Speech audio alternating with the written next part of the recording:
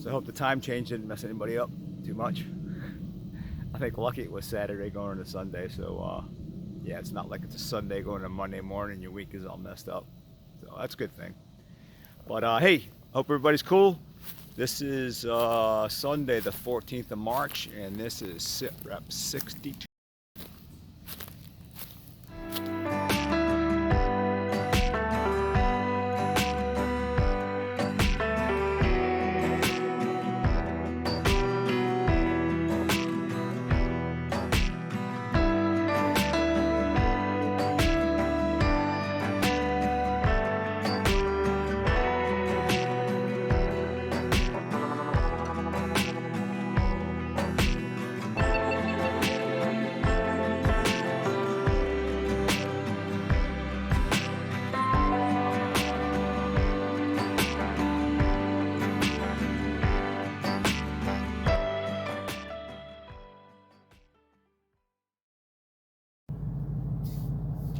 Hey, so welcome back.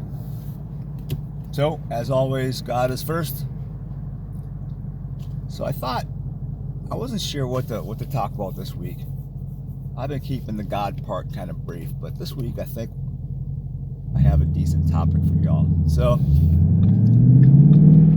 as you know, I just started going to church about 3 weeks ago. And I was really concerned about finding a church that I'd be happy with, right? So I just got to church and I have a few minutes before I go in. So I thought I would talk real quick about telling you guys how or why I selected this church. So the first thing I thought was I'll get affiliated with a big church, right? Huge church. That way I can be in the back pews. I can stow away. I can hide away. Nobody will see me. I'll blend right in, right?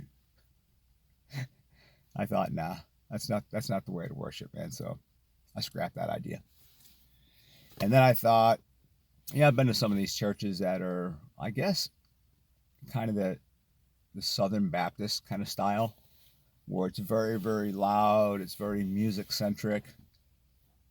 People dancing around and stuff, and there's nothing wrong with that. It's just not for me, I think.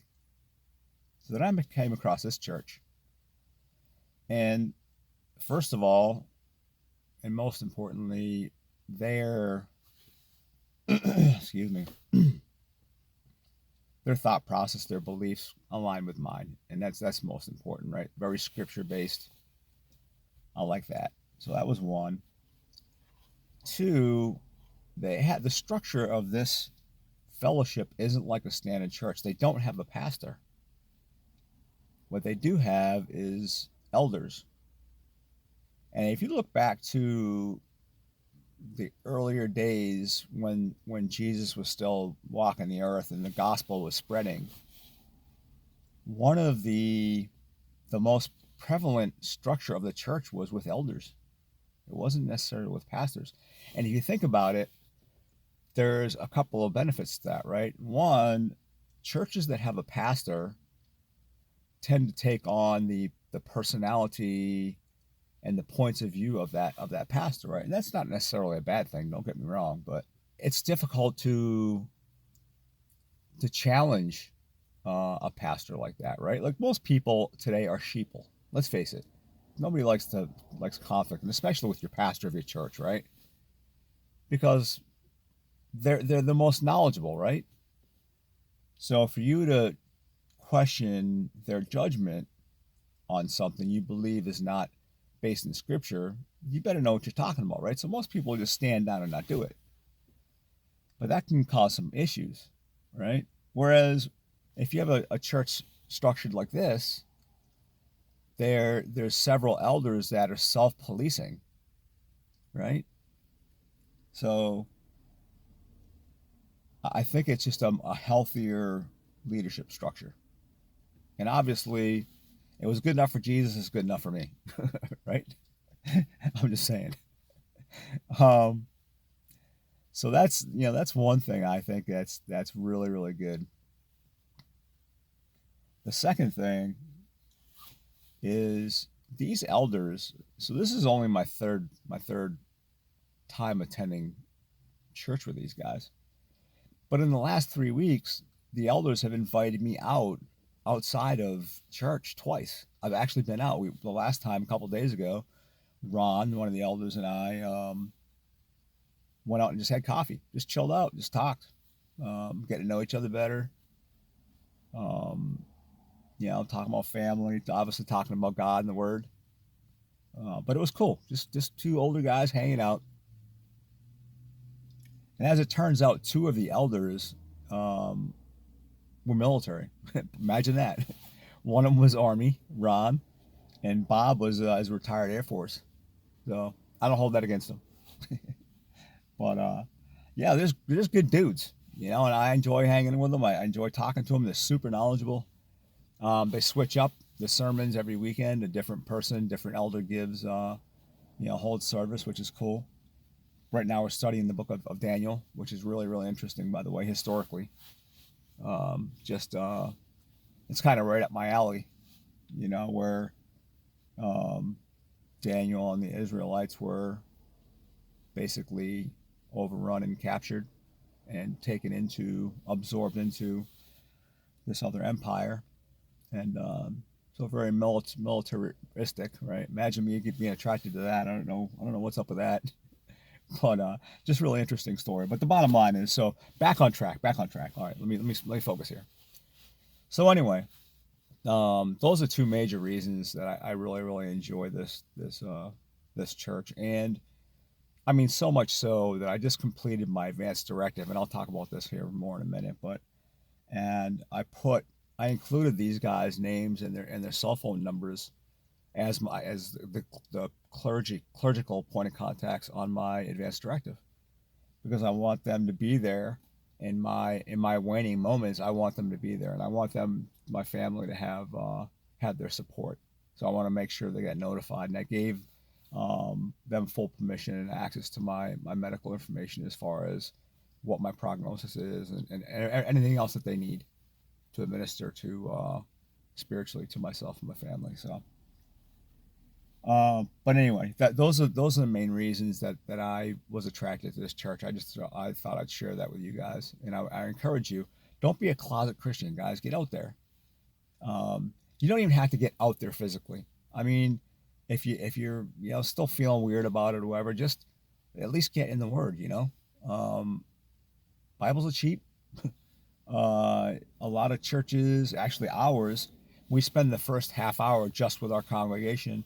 And then after that, our worship goes live stream, and it's actually recorded as well. So they go live stream to Facebook, so you can sit in the comforts of your home, drinking your foofies, your coffee and your foofies, or however you choose to spend your morning. You can lay there in bed and watch it, but at least you're spending time with your brothers and sisters. So I strongly encourage that. And I'm gonna leave it there, guys. So I'm with the rest of this week's video. Thanks for listening. So I think we're going to get right into health. I was telling you guys about this weird ear thing. So lately, the weirdest ear thing that happened is when I'm just about to sleep and I wake up, because I don't want to fall asleep or something. It sounds like I have a duck quacking in my ear. I don't know what's up with that, but that's what it sounds like. The last SITREP, I said it was a kitten purring, and now it's a duck quacking. Can't make this stuff up. So, and so I was right. I am on amoxicillin. Stuff gives you raging diarrhea. It is not fun at all. I got to take it for 10 days. And they're big pills, so I had to split them in two because I can't swallow one of these big pills. So here's a quick way to split pills. Check this out. This is amoxicillin. It's a horse pill, and you can't just snap it in half. Here's a trick you can do, what the medical community uses to split these. So what you want to do is you want to basically have to watch those edges on the corner of the pill, this corner here, the sharp corner. All you do is chip one corner and the other corner, and then watch. You break it, and look how clean it breaks. It breaks right into. And one of the things that I had mentioned before was that somebody, I thought it was Jenny, my social worker, that had asked me, hey, you know, what, now that you're on Keytruda, let me know if any of your tattoo raises up. Remember I mentioned that? So I seen Jenny earlier this week, and I'm like, hey Jen, by the way, you know, the ink on my tattoos does, you know, stand up. How did you know that? You know, and she's like, what are you talking about? I'm like, huh? She's like, what are you talking about? And I'm like, aren't you the one that asked? No, I'm not the one that asked you. I'm like, who asked me? So she happened to be talking to one of her you know, coworkers there around Dr. Gopal's office, and she didn't say it. So I don't know who said that to me, but this is another example of the weird, like, confused state I get in sometimes from, I don't know what it is, whatever. I think it's radiation brain. But also last week, so my pressure washer died. It was like a lime green one. Really, it's a weird color, like green. And I ordered another one off Amazon. It came, and I stuck it out in the garage. And then garbage day came, and I threw it away. So in my mind, it was the original one that broke, and I just tootled it out to the sidewalk and set it out there. Brand new $100 freaking power washer. I threw away, and now I just ordered another one. So yeah, something is definitely not right. I'm definitely off of just a pinch. I'm getting back onto health. So I filled out an advance directive, and it's kind of like it's a will for your for medical care, right? And it's essentially the primary reason I did it, and I think the main part of it is what you want done if you are incapacitated and cannot make life and death decisions, right? And the form is easy to fill out. I mean, I think even in the civilian world, it's only like $100 to have it done out for you. It's not expensive, but I think, and this is just my opinion, I'm not trying to shame anybody, but I think it's the right thing to do, right? To talk to your loved ones about it, and you don't have to be dying to do this. Things happen, right? So you get incapacitated. Now, what the burden of making those decisions is on your wife or your loved one or a close friend or a family member. At least by making your own decisions and talking to them about it, and first of all, you have to pick the right executor of that document, right? Some people just can't handle it because maybe they just can't. You know, you're making decisions that, well, you're definitely making decisions that's going to terminate your life, right? Or maybe it's your opinion that you want them to do every single thing to save you, even if you're going to be a vegetable. Personally, that's not my take on things, right? I mean, bottom line for me is if I go to some kind of unconscious state and I'm going to come out on the back end of that, not being who I am today, pull the plug. I don't want to be plugged in anything. I don't want any medicines. I don't want anything except pain medicine and anxiety medicine. That's it. So, but I worked that all out with my family, and I think the same thing applies for a will. My family right now is going through just a tumultuous situation with, you know, a piece of property that our dad had left us. And unfortunately, you know, he's an older Italian guy, and he's like, yep, he verbalized his will. But it's not as simple as that. You have to go to the state and you have to legally get it transferred over into the people's names, right? And you can only do that with a will. So, anyway, do yourself a favor, guys. Go out there and get an advance directive and have a will prepared. Everybody will be better off for it. I think the last thing on medical is MMJ. You know what MJ is? It's marijuana. And the M before it's just medical marijuana. So you guys know I've been losing. If you can't tell, if you know me for a long time, you know I've lost a lot of weight, over 50 pounds. And the doc offered to give me some medicine for that, but I don't like taking pills. Pills have side effects. I hate swollen pills. I don't like it. And the federal government, obviously the VA, they don't sanction the use of medical marijuana. It's just not legal federally yet, right? So anyway, but it is in the state, and so the bottom line is it's like $175, $180 with the veterans discount, believe it or not. You go see an MD. It's a marijuana doctor, and you bring supporting documents to show that you have justification. And it's the big ones are anxiety and pain, and automatically you have cancer, you qualify. I mean, that's just the bottom line. And there's different kinds of extracts and oils and stuff that are available that treat different things. They have different side effects. Some have THC in them, which get you high to a certain extent. Some don't. I was really kind of shocked at this stuff called RSO. And I was talking on the phone and setting up my appointment.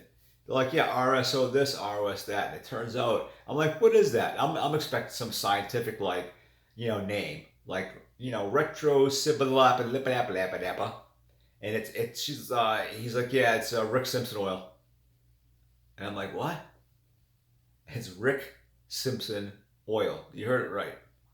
Apparently this guy invented this stuff. It's an extract, and it has a lot of great medicinal properties to it. And apparently Rick Simpson was a guy that had skin cancer, and so he developed this on his own.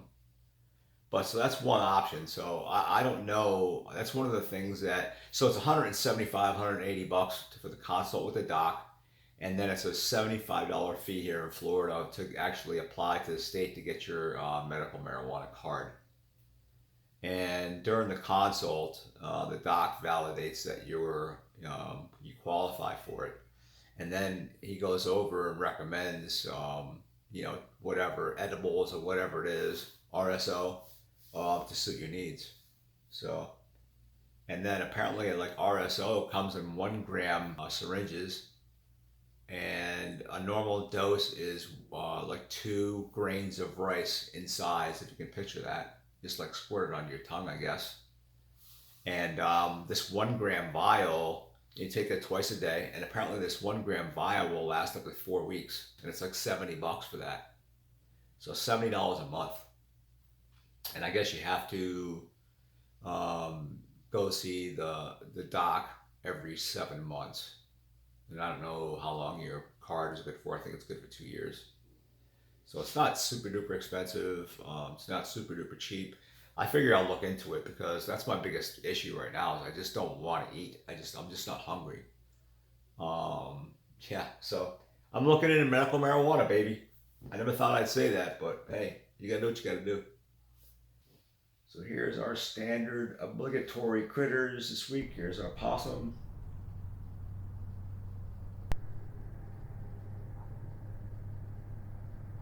So yeah, I don't know why I took that camera so long to sense movement. That's pretty funny, actually. These things don't seem to do very well after about 11 o'clock at night. I think it's the humidity or something in the air, the moisture. I think there's some moisture in these cameras. I told you that before. So I think in this upcoming raccoon clip, it looks like maybe his back paw or leg is injured. Watch his left rear leg. Tell me what you think. Right here. Looks like he's hobbling on it, right? And for some reason he likes my post that my camera's mounted on. So coming up here pretty quick, I'm wondering if these 2 little beady eyes popping up here down by the water is our mystery critters. See how like one pops up, then the other one pops up, then the other one pops up? I was thinking maybe this was baby raccoons or something, but I don't know. I just don't seem to think that they react like this. So I think this is the critters that were on the tree before. Last week's SITREP. I don't know. So wait for it. And this one here, we have a second raccoon. I don't know if these two are siblings or what, but I thought that was kind of cool. And watch this flying critter. Check this out. What in God's name is that? Here's another clip of it. And there's one more coming up. Check it out.